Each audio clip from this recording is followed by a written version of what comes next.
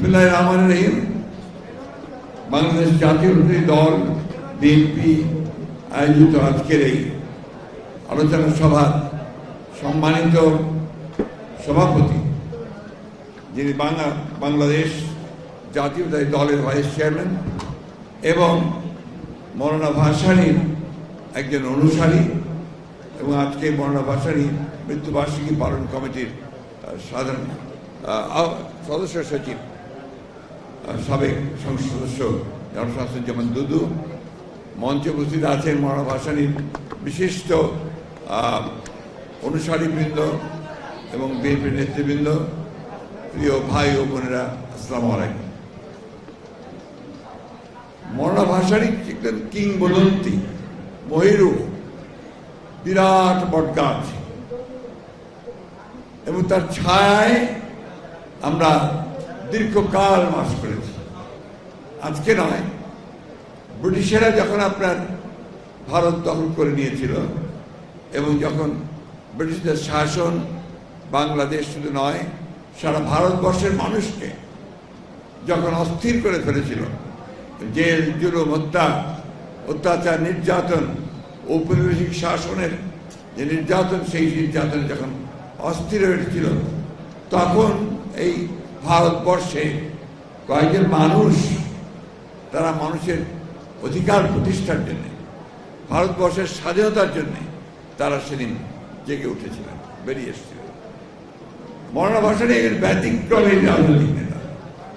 সেই সময় যারা রাজনীতি করতেন, সামনে ছিলেন, সবাই আপনার সামন্তবাদী পরিবার থেকে আসা, বেশিরভাগই সেই ভারতবর্ষের পশ্চিমে বলেন, পূর্বে বলেন, সব ছিলেন তারা সম্ভ্রান্ত পরিবারের লোকজন, অত্যন্ত উচ্চ শিক্ষিত, এবং তাদেরকে বলা হতো ফিউডাল লর্ডস।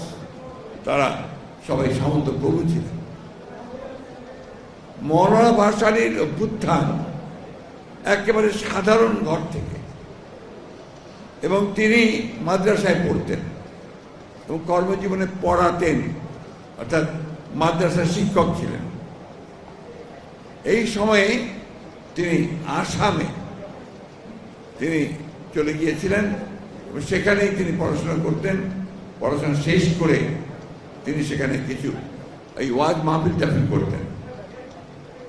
এই করার সময়ই দেখা গেল যে মানুষের ভেতরে একটা আগুন আছে, সে মানুষকে জাগিয়ে তুলতে পারে, মুহূর্তে মুহূর্তে মানুষকে সে মোহিত করতে পারে। এই গুণগুলোর জন্য মৌলানা ভাসানী খুব দ্রুত রাজনৈতিকভাবে সামনে এসে পড়ে এবং সমস্ত রাজনৈতিক দলগুলো তাকে কাছে টানার চেষ্টা করেছে। মৌলানা ভাসানী কংগ্রেসের প্রেসিডেন্ট ছিলেন আসামে। খেয়াল করবেন, তিনি তখন অল ইন্ডিয়া কংগ্রেসের আসাম প্রভিন্সের, স্টেটের তিনি সভাপতি ছিলেন। পরবর্তীতে যখন পাকিস্তান আন্দোলন শুরু হলো, তখন পাকিস্তান মুসলিম লীগের, তত পাকিস্তান মুসলিম না, ভারতীয় মুসলিম লীগের তিনি সভাপতি হয়েছিলেন এবং সেই পাকিস্তান আন্দোলন করেছেন দীর্ঘদিন। আসাম, বাংলা, উড়িষ্যা, এই সমস্ত এলাকাতে তিনি করেছেন। শুধু তাই নয়, তিনি সমগ্র ভারতবর্ষে পাকিস্তান আন্দোলনের কাজ করেছেন। সেই সুদূর পাখতুন থেকে, অর্থাৎ আপনার সেই সীমান্ত এলাকা থেকে, উত্তর পশ্চিম সীমান্ত প্রদেশ থেকে, পেশোয়ার থেকে শুরু করে একেবারে কক্সবাজার পর্যন্ত তার বিচরণ ছিল। মৌলানা ভাসানীকে অনেকে বলতো তিনি পীর হলেন কিভাবে। উনি তো আধ্যাত্মিক জগতের মানুষ ছিলেন, কিন্তু তিনি একেবারে পীর হয়ে গেলেন কিভাবে। আসামে তিনি চর এলাকাতে এই কথাগুলো বলতেন ঘোড়ায় চড়ে। ঘোড়ায় চড়ে এত দ্রুত ঘোড়া চালাতেন, খুবই অল্প সময় তিনি এক স্থান থেকে আরেক স্থানে পৌঁছে যেতেন। মানুষ ভাবতে শুরু করলো যে মানুষটা তো মানুষ নয়, এটা নিশ্চয়ই জিন। এত দ্রুত এক স্থান থেকে আরেক স্থানে গিয়ে সে কথা বলছে, মানুষের সঙ্গে কথা বলছে, এটাতে তিনি সাথে আধ্যাত্মিক জগতে প্রবেশ করলেন। আমার ছোট্ট ঘটনা পরে একটু আপনাদেরকে ওই পরের দিককার ঘটনা বলি। এটা স্বাধীন বাংলাদেশের কথা বলি। 73 কি 74 সালে আপনার নর্থ বেঙ্গলে, আমাদের নর্থ বেঙ্গলে প্রচন্ড বন্যা হয়েছিল। পঞ্চগড়, ঠাকুরগাঁ সব ডুবে গিয়েছিল। ওই ভারতবর্ষের থেকে পানি এসে ফ্ল্যাশ ফ্লাড ডুবে দিয়েছিল। সেই সময় মৌলানা গেলেন সেই বন্যা পদ্ধতি এলাকা 10 টাকার জন্য।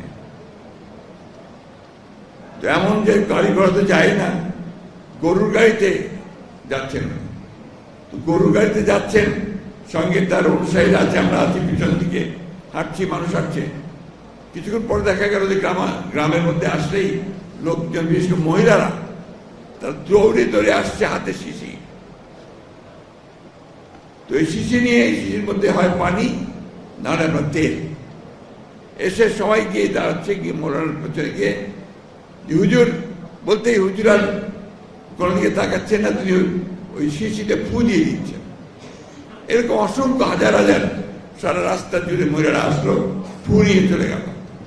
রাতে যখন আমরা খেতে বসেছি একজন কৃষকের বাসায়, তখন আমি তাকে জিজ্ঞেস করলাম যে হুজুর আপনি যে ফু দিলেন এটা কেন? এই তো তোমাদের কমিউনিস্টদের দোষ, তোমরা হয়তো বোঝো না এই লোকগুলো আমার কাছে কেন এসেছে। তাদের একটা বিশ্বাস যে আমি আল্লাহর নাম নিয়ে যে ফু দেব সেটাতে তার কাজ হবে। ও এত দরিদ্র, সে ডাক্তারের কাছে যেতে পারে না। এই ফু দিয়ে সে তার বাচ্চার চিকিৎসা করে, ওই পানি খাওয়ায়, ওই তেল দিয়ে। এই যে বিষয়টা কিন্তু খেয়াল করে, খুব ইম্পর্টেন্ট। অর্থাৎ তখনই তিনি এটা বুঝেছিলেন যে এই দেশে এই মানুষগুলোর মধ্যে ধর্মবোধকে বাদ দিয়ে কোনো কাজ করা ঠিক হবে না। আরেকটি বিষয় অত্যন্ত জরুরি, সেটা হচ্ছে যে তিনি কমিউনিস্ট।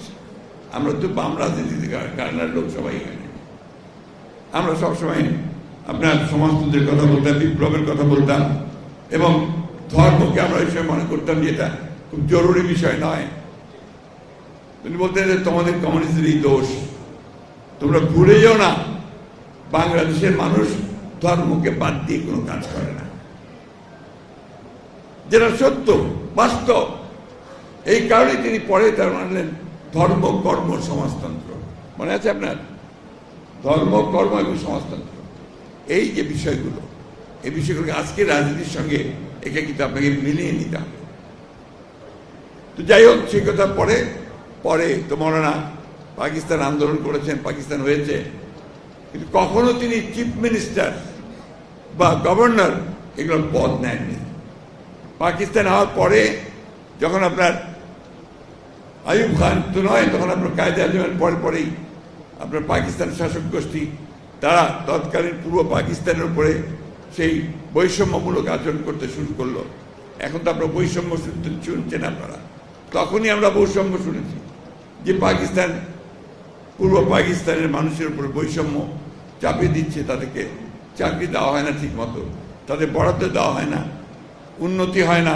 এগুলোর বিরুদ্ধে আন্দোলন শুরু হবে আগে। এটা 52 সালের ভাষা আন্দোলনের পরে সমস্ত রাজনৈতিক দলগুলো মিলে এখানে আপনার কম্বাইন্ড অপোজিশন, একটা যুক্ত ফ্রন্ট তৈরি করলো। সেই যুক্ত ফ্রন্টের নেতা ছিলেন মৌলানা আব্দুল হামিদ কাম্বাসানি, সরওয়ার্দী সাহেব ছিলেন, একে ফজলুল সাহেব ছিলেন, শেখ মুজিবুর রহমান সাহেব ছিলেন ওই যুক্ত ফ্রন্ট। এই যুক্ত ফ্রন্ট 54 সালে এই পূর্ব পাকিস্তানের সমস্ত আসনগুলো পেয়ে গেল কয়েকটা বাদ দিয়ে। আর দেখেন, রাজনীতি যদি ভুল হয়, যে পাকিস্তানের জন্য এই দেশের মানুষের লড়াই করেছে 46-এ, যে পাকিস্তান মুসলিম লীগ ছিল একটা অসীমবাদী, অবিসম্বাদী একটা রাজনৈতিক দল, সেই রাজনৈতিক দলের ভরাডুবি হলো ভুল রাজনীতি করার কারণে এই বাংলাদেশ, পূর্ব পাকিস্তান। তো this is very important lesson, অত্যন্ত জরুরি একটা শিক্ষা, যে আমরা এমন কোনো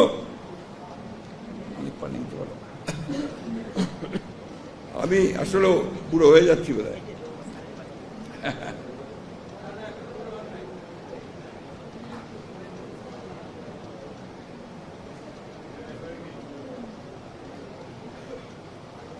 এই বিষয়গুলো আমাদের রাজনীতিবিদরা অনেক সময় খেয়াল করে না। যেমন এখন একটা পরিবর্তন এসছে, এই পরিবর্তনটাকে বুঝতে হবে যে ছেলেরা কি বলছে। আমাদের মধ্যে অনেকে আছে, বিশেষ করে বিএনপির মধ্যে, ছেলেরা সব আন্দোলন একাই করেছে, তা মানতে রাজি না, তাই না? অনেকে কথা খুব জোরে সোরে মিটিংয়ের মধ্যে বলেন। সত্য কথা, আমরা 15 বছর ধরে লড়াই করেছি, সংগ্রাম করেছি, জান দিয়েছি, প্রাণ দিয়েছি, মামলা গেছি, জেলে গেছি। তারপরে বলেন আপনার যে শেষ লাঠিটা গোলে কে মেরেছে? ছাত্ররা মেরেছে। যে স্ট্রাইকার, তারা স্ট্রাইক করেছে। আপনাদের মনে থাকা উচিত যে আমি যখন আপনার সমস্ত দেশে বিভাগীয় সমাবেশগুলো করছি আমরা, সেই সময় আমার বক্তব্যে আমি একটা জিনিস খুব জোর দিয়ে বলতাম যে কোথায় আমরা তো নবীনদের দেখতে পাচ্ছি না, তরুণদের দেখতে পাচ্ছি না, ছাত্রদের দেখতে পাচ্ছি না।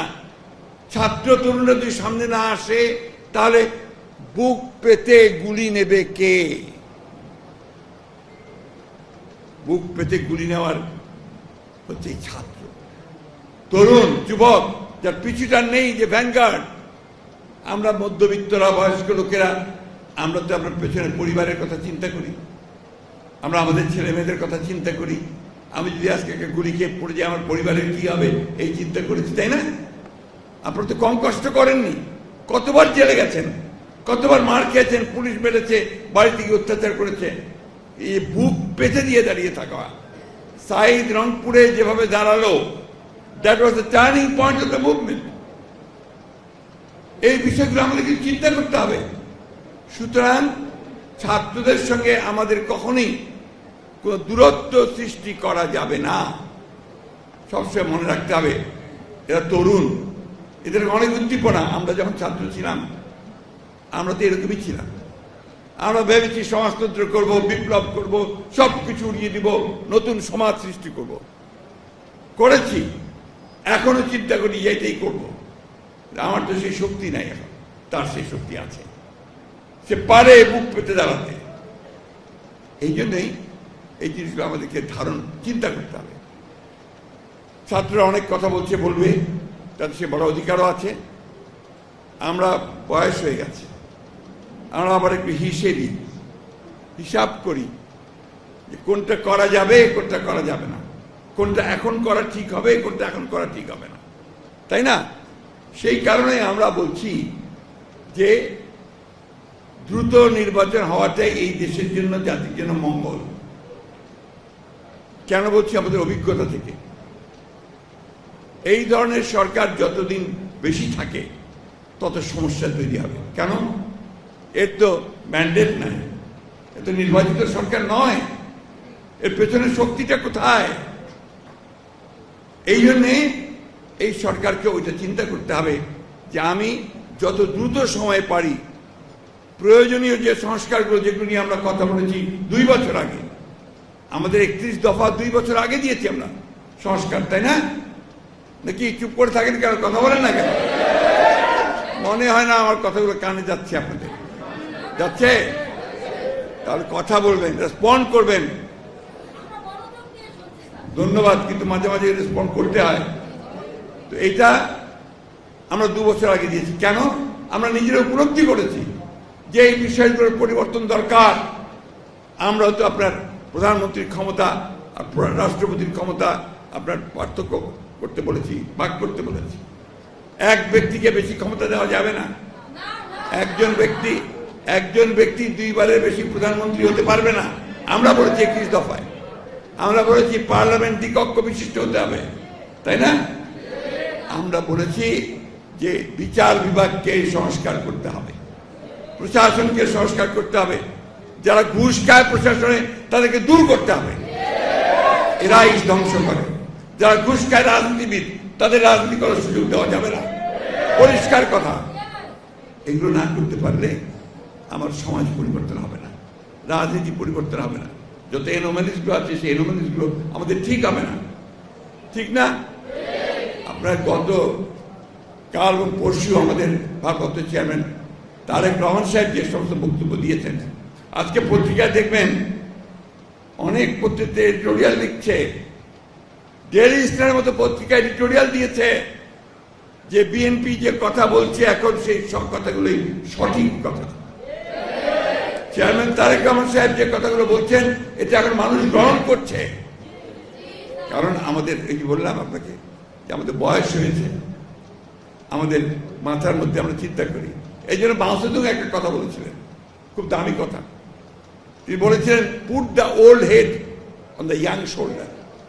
যুবকের কাঁধে মস্তিষ্ক, বয়স্কদের মস্তিষ্কটাকে বসিয়ে দাও, তাহলে কি হবে? তোমার অভিজ্ঞতা, তোমার সাহস, তোমার যোদ্ধা সব এগিয়ে যাবে, তাই না? এই কথাটা বুঝতে হবে আমাদের সময়কে। ওই ছাত্রদেরও বুঝতে হবে, আমাদেরও বুঝতে হবে। এখন তো ছাত্রদের, তরুণ যুবক, ওরা তো চাইবেই সব কিছু পাল্টে দিতে। কতটুকু আমরা পারবো, কতটুকু পারবো না, সেসবগুলো আমরা করছি। এই জন্য আমরা বলেছি যে আমরা অবশ্যই সংস্কার চাই। আমরাই আগে বলেছি, কিন্তু এটা আপনাকে যৌক্তিক সময়ের মধ্যে করতে হবে। এমন সময় যেন না নেয় যে সময় নিতে গেলে জনগণের মধ্যে ভ্রান্ত ধারণা হচ্ছে কি হবে যে আপনি ক্ষমতায় থেকে যেতে চাইছেন। কারণ সেই সমস্ত অভিজ্ঞতা আমাদের আছে। ওই ফখরুদ্দিন মনিউদ্দিনের সরকার, তারা আপনার এসে এখানে আবার কিংস পার্টি করার চেষ্টা করছিল, মনে আছে আপনাদের? ক্ষমতায় থেকে দল করবে। মানুষ তো সেটা নেয়নি। নিয়েছে কি? তারা ইলেকশন দিয়ে পালিয়ে দিতে হয়েছে, তাই না? হাসিনাকে পালাতে হয়েছে কেন? হাসিনা পালিয়ে গেছে কেন? হাসিনা পালিয়ে গেছে, সে চিন্তা করতে ভুল করেছে। আমরা বারবার বলেছি, দেয়ালের নিকট পড়েন, মানুষের চোখের ভাষা বোঝেন। মানুষ এখন আপনাদের আর চায় না। আপনারা দেশটাকে ধ্বংস করেছেন, আমাদের কথা তারা শোনেনি। না শুনে উল্টো নির্বাচন ব্যবস্থা ধ্বংস করেছে, ছাত্রদের গুলি করে হত্যা করেছে এবং শেষ পর্যন্ত পালিয়ে গেছে দেশ থেকে। আমাদের ছেলে মেয়েরা, এমনকি আমার মেয়েও বলে পালাইছে, বলে আমরা পলাইছে, হাসিনা পলাইছে, তাই না? হ্যাঁ, এখন ওই জিনিসটা আমি আবারও রিপিট করতে চাই যে আমরা এমন কাজ যেন না করি, কেউই না, যে কাজ আমাদের দেশকে আবার অনিশ্চয়তার দিকে, অস্থিরতার দিকে নিয়ে যাবে। আমি সংক্ষিপ্ত করে নিয়ে আসছি। মৌলানা ভাসানী আমাদেরকে সে পথ বারবার দেখিয়েছেন। মৌলানা ভাসানী তাকে কি বলতে জানেন? Prophet of violence. টাইমস পত্রিকাতে যখন আপনার আন্দোলন চলছে, প্রচন্ড আন্দোলন, সেই সময় টাইমস হেড আপনার ছবিতে, প্রচ্ছদ ছবিতে মৌলানা ভাসানীর হাত তোলা ছবি বেরোলো, তার নিচে হচ্ছে যে প্রফেট অফ ভায়োলেন্স। মৌলানা ভাসানী, শেখ মুজিবুর রহমানের লোকেরা তো অনেক কিছু দাবি করে, তাই না? মৌলানা ভাসানী প্রথম এই পল্টন ময়দানে দাঁড়িয়ে, যেখানে গাজী ভাইরা বসে আছে, আমাদের নান্নু ভাইরা বসে আছে, মাহবুল্লারা সব ছিল, তারা প্রথম সেদিন আপনার বাংলাদেশের স্বাধীনতা ঘোষণা করেছিল। ভুলে গেছেন? বলেন না তো কথা, একটু জোরে জোরে বলেন না কেন? এগুলো বলবেন। মৌলানাই প্রথম আন্দোলন শুরু করেছিল আপনার আইয়ুব খানের বিরুদ্ধে। একটা অটো রিক্সার একটা হরতাল ছিল, অটো রিক্সাওয়ালাদের হরতাল। পাকিস্তান আমলের কথা বলছি আমি। মনিম খান তখন আপনার গভর্নর। তো এই হরতালে পল্টন ময়দানে মিটিং হচ্ছে, কেন যায় না? মৌলানা ভাসানী যেহেতু বক্তৃতা করবেন, শুনে মানুষ বোঝাই হয়ে গেছে। তখন কিন্তু ট্রাক দিয়ে মানুষ আনতে হতো না, বাস দিয়ে আনতে হতো না, টাকাও দিতে হতো না কাউকে। মানুষ সব চলে আসতো পল্টন ময়দানে, বেশি বাদাম খাতো, বাদাম কিনে বসে বসে বাদাম খেত, কথা শুনত। এই মৌলানা ভাসানী সেই দিন সেই পল্টনে দাঁড়িয়ে বক্তৃতা করে শেষে বললেন, এখন আর কোনো পথ নাই, ওই বঙ্গভবনে ঘেরাও করো। তত বঙ্গভবন বলতো না, প্রেসিডেন্ট হাউস, গভর্নর হাউস, ঘেরাও করো। বিশ্বাস করবেন না আপনারা, ওই মিটিংতে গিয়ে ঘেরাও হয়ে গেল, গুলি হলো, মারা গেল। তারপর দিন হরতাল, তারপর দিন হরতাল। আবার সেই পল্টন মধ্যে দাঁড়িয়ে মৌলানা ভাসানী ঘোষণা দিলেন, এখন সমস্ত থানা ঘেরাও করো সারা বাংলা পাকিস্তানে। এইভাবে আন্দোলন চূড়ান্ত পর্যায়ে গিয়ে উঠল। সেই মৌলানা ভাসানী আরেকটি কথা, যখন আন্দোলন চূড়ান্ত পর্যায়ে এসেছে, তখন শেখ মুজিব কারাগারে, জেলের মধ্যে পল্টন ময়দানে মিটিং হচ্ছে। ওই সময় একজন একটা গুলিবিদ্ধ লাশ নিয়ে আসলো মিটিংয়ের মধ্যে। তিনি ওই লাশটাকে উপরে তুললেন, তুলে বলেন, আর কোনো কথা নয়, এখন চলে যেতে হবে, ভায়োলেন্স ভায়োলেন্স ভায়োলেন্স। এই ঢাকা শহরে আগুন জ্বলে উঠল। মনে আছে আপনাদের? কি দুদু ভাই মনে আছে? ঢাকা শহর আগুন জ্বলে উঠল। 3 দিনের মধ্যে আইয়ুব খানকে পদত্যাগ করতে হয়েছে, শেখ মুজিবকে বের করতে হয়েছে। 3 days টাইম। এটা ছিলেন মহারানা। একদিকে যেমন তিনি আগুন দিয়ে জ্বালিয়ে উঠাতে পারতেন, তেমনি আবার সাথে সাথে ঠান্ডা করে নিয়ে আসতেন। যার জীবনযাত্রা শুনেছেন ওই দিকে একেবারে একটা জীর্ণ পর্ণ কুটিরে বাস করতেন, একটা চৌকির উপরে থাকতেন, একটা ছাউনির ঘর, সেইখানে তিনি বাস করতেন। আমার মনে আছে একটা কথা, এটা না বলে আমি শেষ করতে পারবো না। আমি তখন ঢাকা ইউনিভার্সিটির শেষ বর্ষের ছাত্র। পল্টনে মৌলানা ভাসানী ডাক দিয়েছেন কৃষক সমাবেশ। তো ওই তখন আপনার চলছে মার্শাল ল, এই এখানে মার্শাল ল, সমাবেশ নিষিদ্ধ, কেউ সমাবেশ করতে পারবে না। উনি তো ডেকে দিয়েছেন কৃষক সমাবেশ। সারা দেশ থেকে লাঠি হাতে লাল টুপি পরে আপনারা সব আসতে শুরু করেছে। লক্ষ লক্ষ মানুষ আপনার এখন সন্তোষ, সেই সব ইউনিভার্সিটির সমস্ত মাঠ বোঝাই, টাঙ্গাইল বোঝাই হয়ে গেছে। যখন মিটিং পাকিস্তান থেকে এসছে আপনার ইফতেখার আহমেদ, মিয়া ইফতেখার, শবনম গাজালা, সমস্ত বিরাট বিরাট নেতা সমস্ত, তারা এসছেন ওখানে। তো ওই সময় আপনার একটা গাড়ি ঢুকলো, ঢুকে মৌলানা ওই পর্ণ কুটিরে গেল। তিনি ছিলেন তৎকালীন পাকিস্তানের NSI প্রধান সফদর সাহেব, ABS সফদর। তিনি এসে মৌলানার সামনে ওই পাটি বিছানো থাকতো চৌকির নিচে, ওই পাটিতে তিনি বসলেন। মৌলানা তো বললেন, কি সফদর, কেন আসছো? তো সে মৌলানার পায়ে হাত দিয়ে সালাম করলো। আগে সালাম করে, হুজুর আমার চাকরিটা বাঁচান। বলেন, কি হয়েছে? বলে, আপনি যে প্রকাশ্যে যে সভা করতেছেন, আমার তো চাকরি চলে যাবে। আমি কন্যার হিসাবে এখন তো প্রকাশ্য সভা সমিতি বন্ধ। না, তোমার চাকরি যাকে আমি চাই না, তুমি এক কাজ করো, কি করতে পারো? স্যার অন্তত সামনে কিছু সামিয়ানা দিয়ে দেন। তখন মৌলানা সব কর্মীদেরকে বললেন যে সামনে 10-12টা সামিয়ানা লাগিয়ে দাও। সেদিন সমাবেশ হলো হাজার হাজার লক্ষ মানুষের সামনে।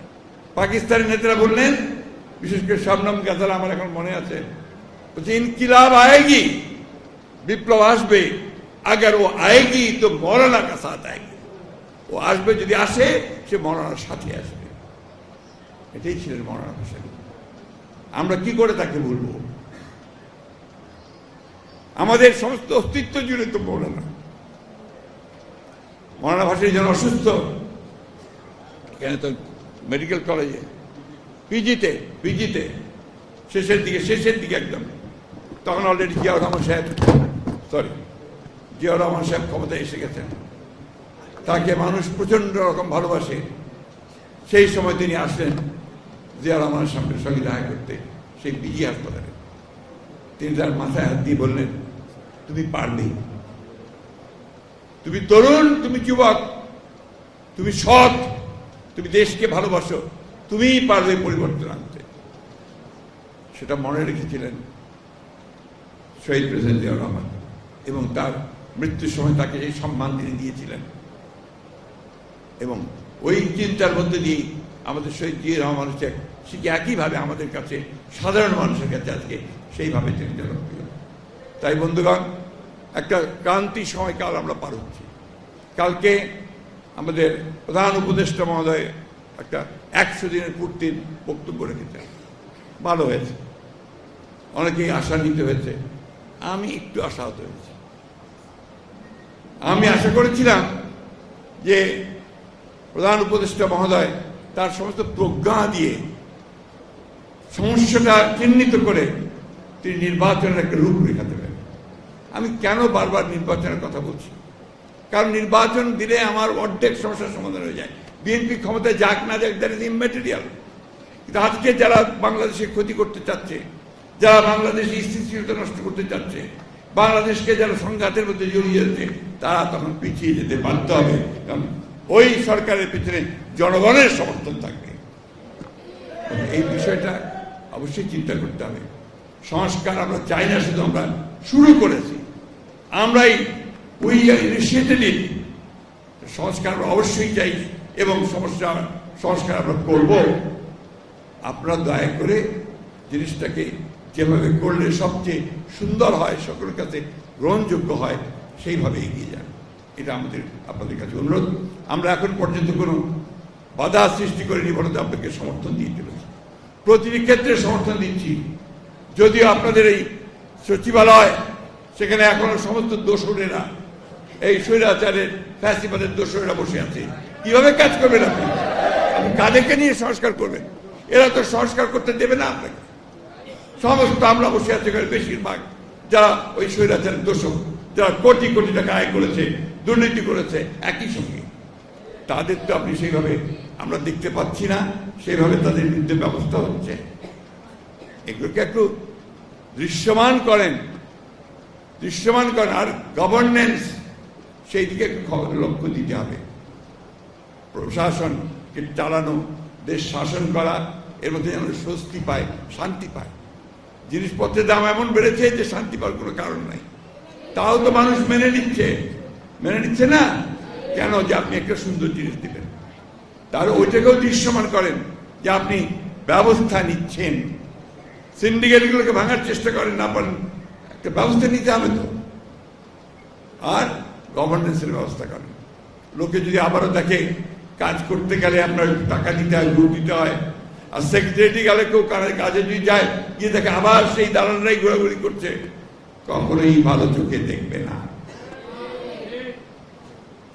আসুন আমরা মৌলানা সাহেবের তার সারাটা জীবন ছিল মানুষের জন্য, সেই জীবনকে মেনে নিয়ে, তাকে ধারণ করে, তার কাছ থেকে ভালো জিনিসগুলো শিখে, আমাদের পূর্বসূরীরা আমাদেরকে যা দিয়েছেন সেটাকে সামনে নিয়ে আমরা আরো সামনের দিকে এগিয়ে যাব। আমি বিশ্বাস করি যে এই সরকার তারা পারবে। আমি বিশ্বাস করি আমাদের বাংলাদেশের মানুষ পারবে। আমি বিশ্বাস করি এই তরুণেরা, যুবকেরা, ছাত্ররা তারা পারবে একটা নতুন বাংলাদেশ দিতে আমাদেরকে। যে বাংলাদেশ স্বপ্ন আমরা দেখি, শহীদ প্রেসিডেন্ট জিয়াউর রহমান আমাদেরকে দেখিয়েছেন, মৌলানা ভাসানী দেখিয়েছেন, তারেক সাহেব আমাদেরকে সে দেখাচ্ছেন, সেইভাবেই আমরা এগিয়ে যেতে পারবো। আপনাদের সকলকে ধন্যবাদ। আসসালামু আলাইকুম।